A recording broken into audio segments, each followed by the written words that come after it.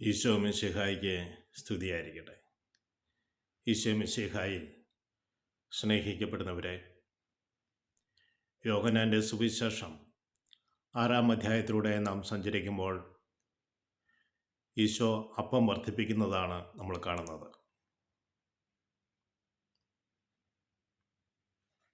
Isho Galilei തടാകത്തിൻ്റെ മറുവശത്തേക്ക് യാത്ര ചെയ്തപ്പോൾ ജനക്കൂട്ടം മുഴുവൻ അവനെ അനുഗമിച്ചു. ഈശോ തലയുയർത്തി നോക്കുമ്പോൾ അനേകർ വരുന്നത് കണ്ടു. അവർക്ക് ഭക്ഷിക്കുവാൻ എന്ത് നാം കൊടുക്കുമെന്ന് അവിടുന്ന് പീലിപ്പോസിനോട് ചോദിക്കുന്നുണ്ട്. പീലിപ്പോസ് പറയുന്നുണ്ട്, ഇവർക്ക് കൊടുക്കുവാൻ 200 ദനാരയുടെ അപ്പം കൊണ്ട് ഒരല്പം എങ്കിലും കൊടുക്കാൻ പോലും തികയുകയില്ല.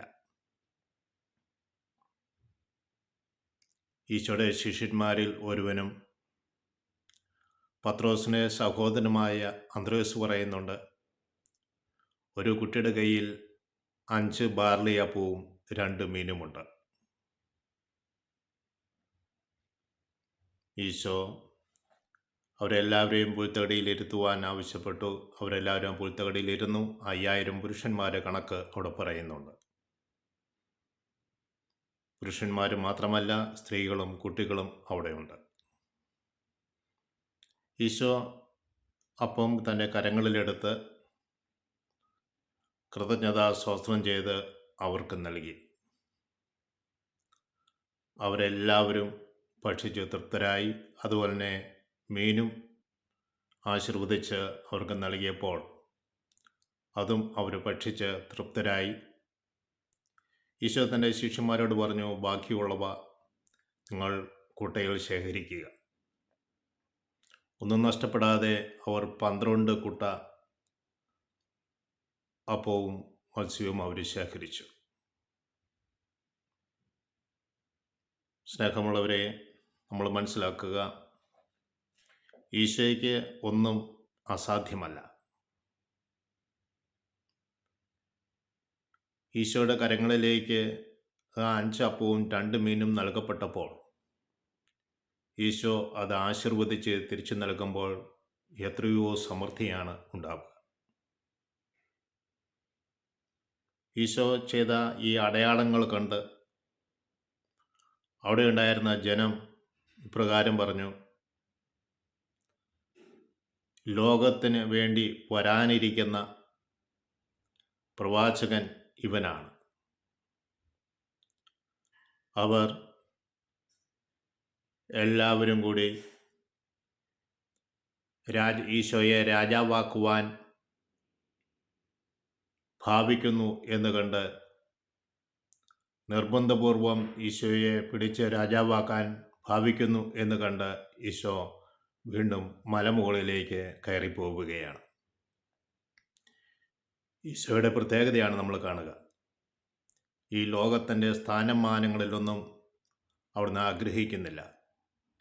പിതാവ് എന്താണോ തന്നോട് ആവശ്യപ്പെട്ടിരിക്കുന്നത് അത് നിവർത്തിച്ചുകൊണ്ട് മുന്നോട്ട് പോവുകയാണ്.